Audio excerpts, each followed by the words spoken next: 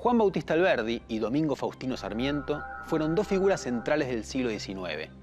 El primero nació en Tucumán en 1810, el segundo en San Juan en 1811, y cada uno se encargó de remarcar que su nacimiento coincidía con el de la patria y consideró que su vida estaba íntimamente ligada al desarrollo del país.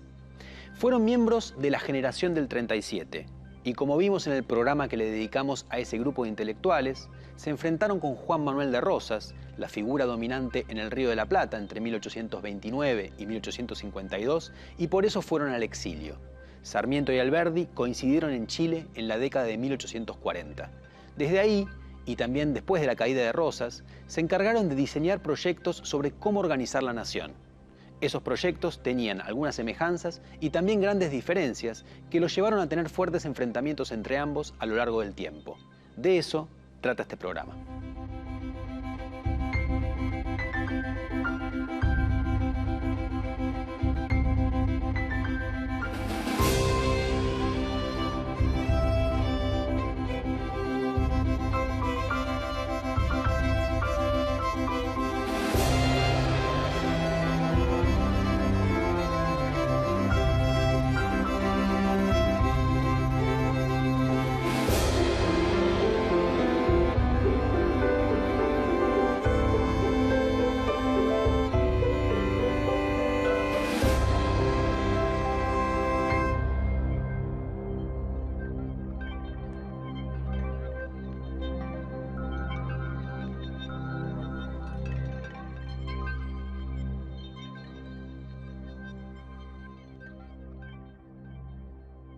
Después de la caída de Rosas, Alberdi y Sarmiento cruzaron una serie de cartas públicas en las cuales mantuvieron una polémica muy dura.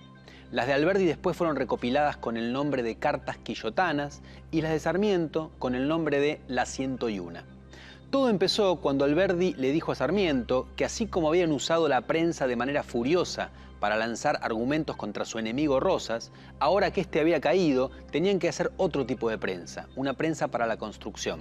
Sarmiento se enojó y lo acusó de que mientras él había luchado en el campo de batalla junto a Urquiza contra Rosas, Alberdi se había quedado cómodamente en Chile. Después discutieron sobre Urquiza. Para Alberdi era una oportunidad, una esperanza, mientras que para Sarmiento era una continuación de Rosas.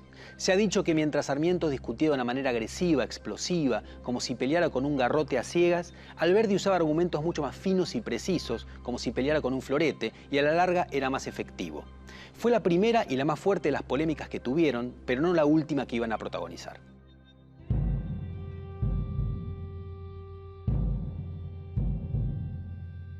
En la década de 1840, Domingo Faustino Sarmiento y Juan Bautista Alberdi compartieron el exilio en Chile por oponerse a Juan Manuel de Rosas. Desde allí, escribieron permanentemente contra él.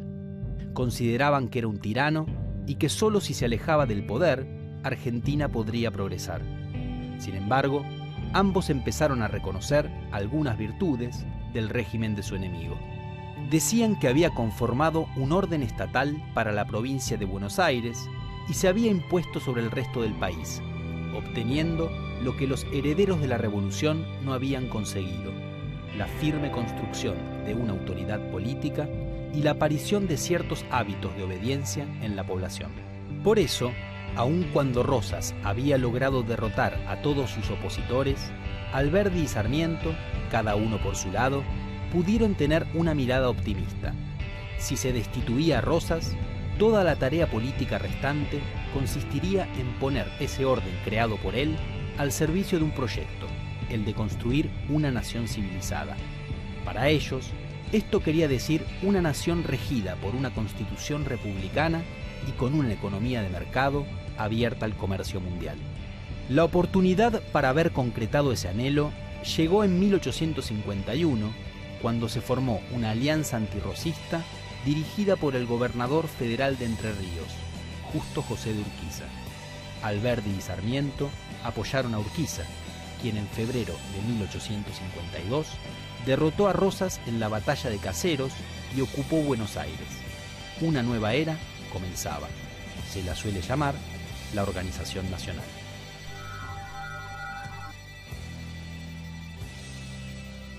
Sarmiento también se pliega al urquicismo, pero luego casi inmediatamente se retira de la estrategia urquicista y de la perspectiva o la ideología que Urquiza podía discernir o entregar para el país, y se pone en otra perspectiva y más bien en el lado porteño, que seguramente los porteños se sentían en ese momento amenazados por el predominio del interior, porque en realidad lo que Urquiza significó, y me parece que eso es lo que Alberdi comprendió, era la puesta en escena, una nueva puesta en escena, en la que el protagonista fundamental podía ser el interior encarnado por Urquiza.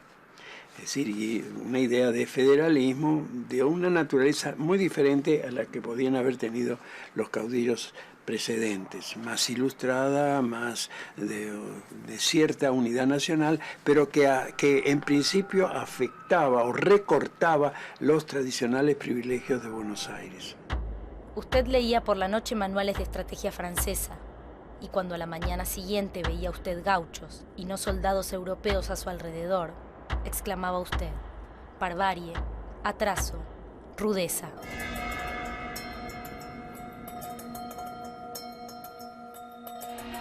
Y no ha habido en Valparaíso un hombre de los que pertenecen a la multitud de frac que le saque los calzones a ese raquítico, jorobado de la civilización, y le ponga polleras. Pues el chiripá, que es lo que lucha con el frac, le sentaría mal a ese entecado que no sabe montar a caballo.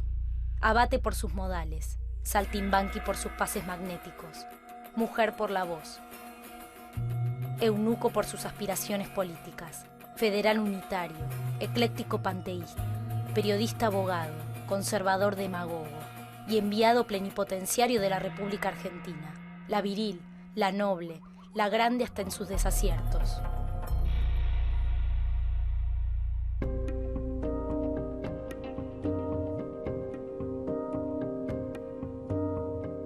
Alberdi y Sarmiento crearon cada uno un plan para diseñar cómo debía ser la nación.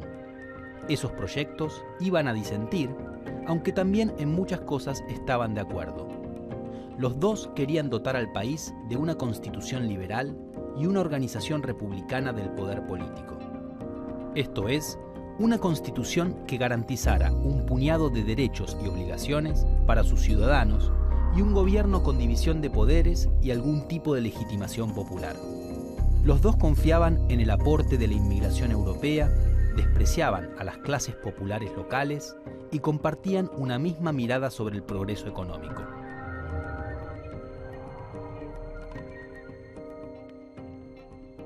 Al margen de sus profundas diferencias en otros puntos, tenía ideas muy coincidentes en cuanto a qué es lo que tenía que suceder en la economía argentina. Y esas ideas pasaban fundamentalmente por la idea de que la economía argentina tenía que transformarse y tenía que europeizarse, sobre todo atrayendo inmigrantes y capitales de los países más desarrollados de Europa. De hecho, quizás el aspecto más importante en el cual tanto Sarmiento y Alberdi coinciden, pasa por ese punto. La idea de que el gran programa de política económica que tiene que llevar adelante la Argentina es transformar sus estructuras productivas, modernizarlas, traer capitales e inmigrantes, y todo eso tiene que venir fundamentalmente de Europa.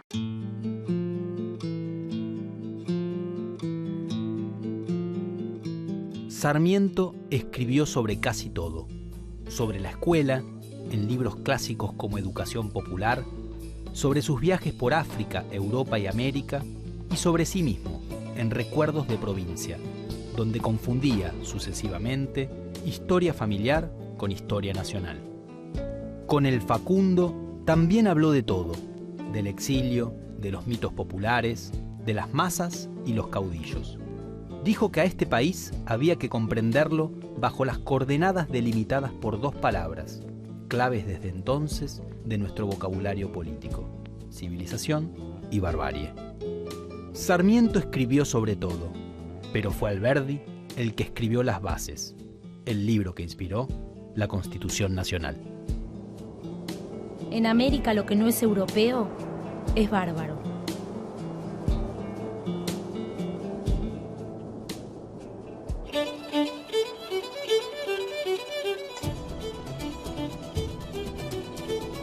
Para Alberdi, una nación moderna necesitaba no solo de una revolución, como la de mayo de 1810, sino que exigía transformar las costumbres y los hábitos locales. Nada se podía hacer con los nativos, indios o gauchos. Argentina debía convertirse en la prolongación de Europa en América. Había que traer de los países que él consideraba civilizados hombres y mujeres con las costumbres que se pretendía adoptar. Gobernar es poblar, escribió Alberdi. En su visión, gobernar no significaba simplemente reunir a un conjunto de personas en el suelo nacional, sino transformar al territorio argentino, al que pensaba como un desierto, con el tipo de prácticas virtuosas y laboriosas que, según él, detentaban los inmigrantes europeos. La transformación nacional se operaría con la concesión de grandes parcelas, los latifundios, a pocos propietarios, nativos o del exterior.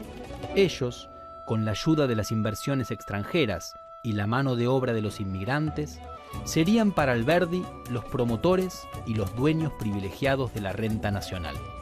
Para conseguir el progreso, era necesario promulgar una legislación civil y comercial, garantizada por un gobierno republicano que tenía que brindar un orden equivalente al de las monarquías. Ello se lograría dándole mucho poder al presidente de la República, como había propuesto Simón Bolívar y se practicaba en Chile. Eso no parecía deseable, pero era lo que se podía hacer. Solo transitando por la república posible, decía Alberdi, se llegaría a la república verdadera.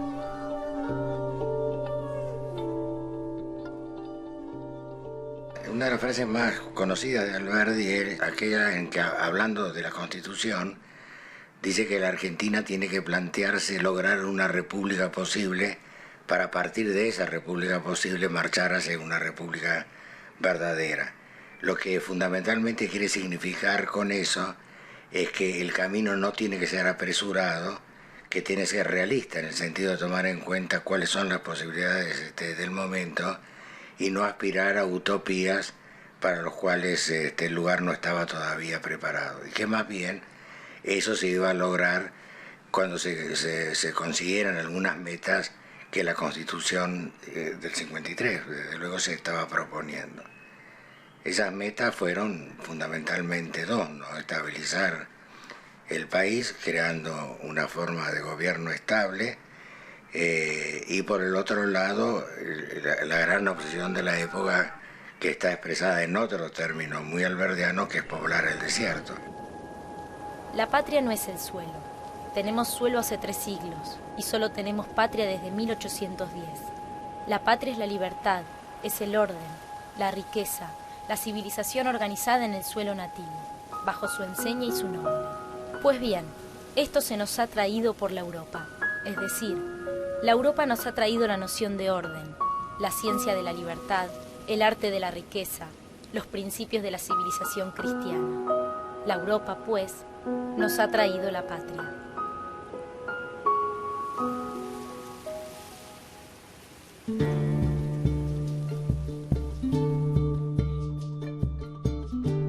Sarmiento postuló que las causas de las guerras civiles y del régimen de Rosas eran las formas que primaban en la campaña pastoril, formas bárbaras de asociación entre los hombres, como la pulpería y la estancia.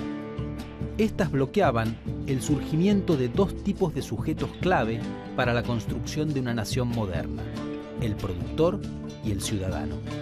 Por eso, había que sustituirlas por otras instancias de socialización, como la prensa y el parlamento. También creía que era necesario traer vastos contingentes de inmigrantes. Sin embargo, a diferencia de Alberdi, ni la inmigración ni el crecimiento económico constituían para él las únicas herramientas de una nación moderna. Sarmiento pensaba que el pasaje de la barbarie a la civilización demandaba acción política, con marcada presencia estatal. De allí la importancia de la escuela pública. la escuela haría de la barbarie una cuestión del pasado, al mostrarle a las masas la posibilidad del ascenso social. A la vez, formaría ciudadanos, generando hábitos de respeto a las leyes. La recompensa de los ciudadanos que obedecieran las leyes sería la distribución de tierras en pequeñas parcelas. Así, se lograría la participación del pequeño productor en la política a escala municipal. De ahí que muchas veces Sarmiento despotricara contra la oligarquía vacuna, que distaba mucho de compartir ese proyecto. Cuando Sarmiento llegara a la presidencia de la Nación en 1868, lograría impulsar sus ideas educativas, pero no los otros componentes de su plan.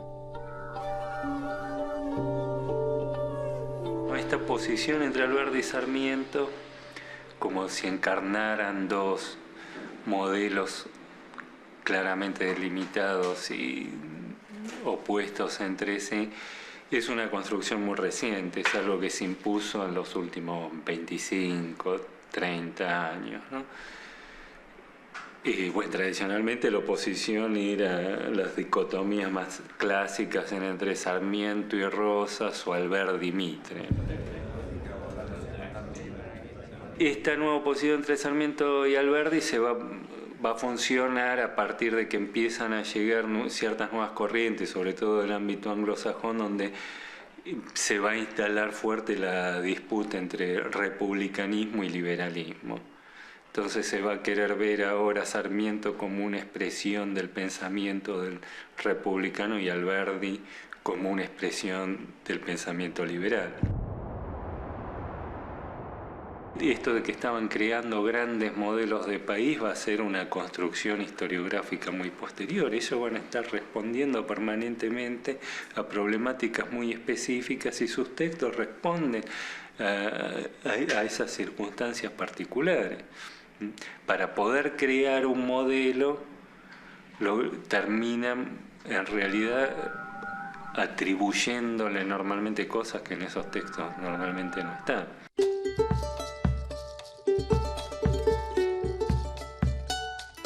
Escuela pública, participación ciudadana en escala municipal y distribución de la tierra en pequeñas parcelas constituían los fundamentos del proyecto de país sarmientino. El Estado, entonces, tenía un papel más importante que el que le asignaba Alberdi, para quien debía ser, fundamentalmente, el garante último de los contratos y el custodio del orden. Alberdi no confiaba, como Sarmiento, en la capacidad de la escuela para transformar a los nativos en ciudadanos virtuosos y sujetos laboriosos, sino más bien en lo que llamó la pedagogía de las cosas, es decir, que la fuente genuina de toda enseñanza eran las costumbres y los hábitos. El tiempo y el crecimiento económico harían su trabajo. Alberdi nunca perdió la fe en Europa como el modelo a seguir. Sarmiento reemplazó ese faro por otro, los Estados Unidos. Alberdi tomó rápida conciencia de que a pesar de que Sarmiento parecía decirlo todo, había sin embargo mucho que callaba, y quiso señalar sus silencios. Cuando Sarmiento ocupó la presidencia, Alberdi continuó fuera del país. En este nuevo exilio, escribió que el drama que desunía a los argentinos no era Rosas, como había pensado antes, sino Buenos Aires, a la cual Sarmiento se había plegado. Y también habló del crimen de la guerra contra Paraguay, algo que Sarmiento prefirió callar. Sarmiento y Alberdi dejaron un legado muy amplio. Su confianza en el progreso y su mirada negativa sobre las clases populares locales iban a tener una larga influencia.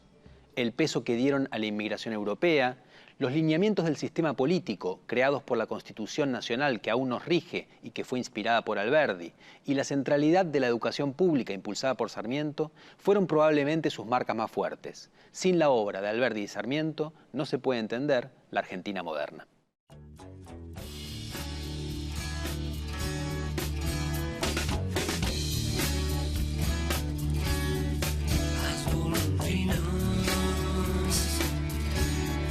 Plaza de Mayo.